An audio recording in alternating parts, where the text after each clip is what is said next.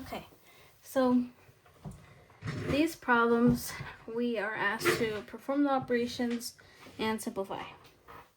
So something to keep in mind is the language of the problem, the way it's like worded per se, and PEMDAS. Write that out. PEMDAS, which stands for parentheses, exponent, multiplication, division, addition, subtraction, within the priority order. So highest priority, lowest priority in terms of what to do first. So parentheses, you do first, then exponent, then multiplication. Of course, if you have said operations, if you don't, then you don't do them. So a common mistake for this problem is that because you assume that this expression is mentioned first, that it's this expression minus this expression, when in reality, in the way in which it's formatted, it says subtract this from this. For example, like if it says subtract 3 oranges from 5 oranges, then it would be, because of the language, it's 5 oranges minus 3 oranges, because we're taking away 3 oranges from 5 oranges. So the same thing applies here. We're taking this away from this, which is by, when I say taking away, I mean like subtracting. We're subtracting this from this. So this would be first, because this is what we're subtracting from.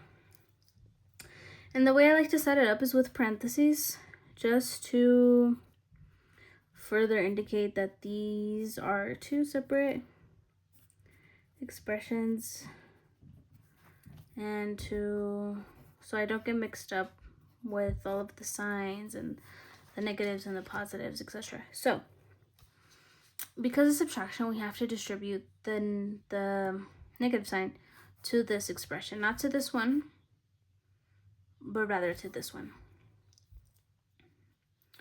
to every single term. So that would result in 5x squared minus x plus 6 plus 2x cubed minus 3x plus 4. The reason why 2x cubed and 4 are positive, it's because a negative times a negative equals a positive, and a negative times a positive equals a negative. So now from here, we can combine like terms if there's any. There's only one x cubed, so that doesn't get combined with anything. And combine like terms means that it has the same variable. So even though these x's both have exponents, this is x squared and this is x cubed. Therefore, they're not like terms because the x is not to the same power. So we cannot combine those, nor do they have something that can be combined with. However, we have x values and numbers. And the way I like to organize myself, especially when there's multiple variables that you can combine, is by organizing them in this fashion. So I squared the common like terms, and then I circled the other set of common like terms. So now it's just a matter of combining like terms. And the way you arrange the expression is in descending order of power, which means that x cubed would go first, plus 5x squared, minus 1. There's a 1 right here. It's just implied. Minus 1 plus minus 3. It's going to be minus 4x. 6 plus 4 is 10. And then we see if we can simplify any further by taking anything out. And looks like there's nothing else. So this is the answer. So key takeaway from these kinds of problems. First, before you start working on it, acknowledge the way in which the question is formatted and double check that you're subtracting the right thing from the right thing. Second thing is to use parentheses. So you know that these are two separate expressions, and so you like recognize and spot that you have to distribute the negative to everything, not just the negative 2x squared. Cubed. Next thing is knowing to recognize common like terms and to combine them to get the answer. Lastly is to determine if you can simplify any further, and if you can't, then you know to stop. Okay, moving on to the next problem.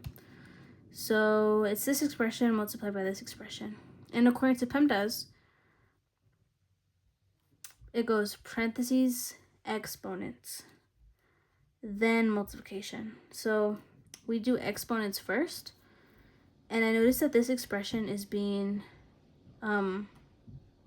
squared, which means that this has to be distributed to every value,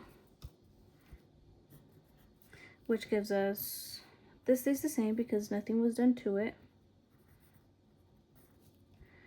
times, so because the negative is within the parentheses, in other words, what this is showing is -5 times -5, which gets you 25.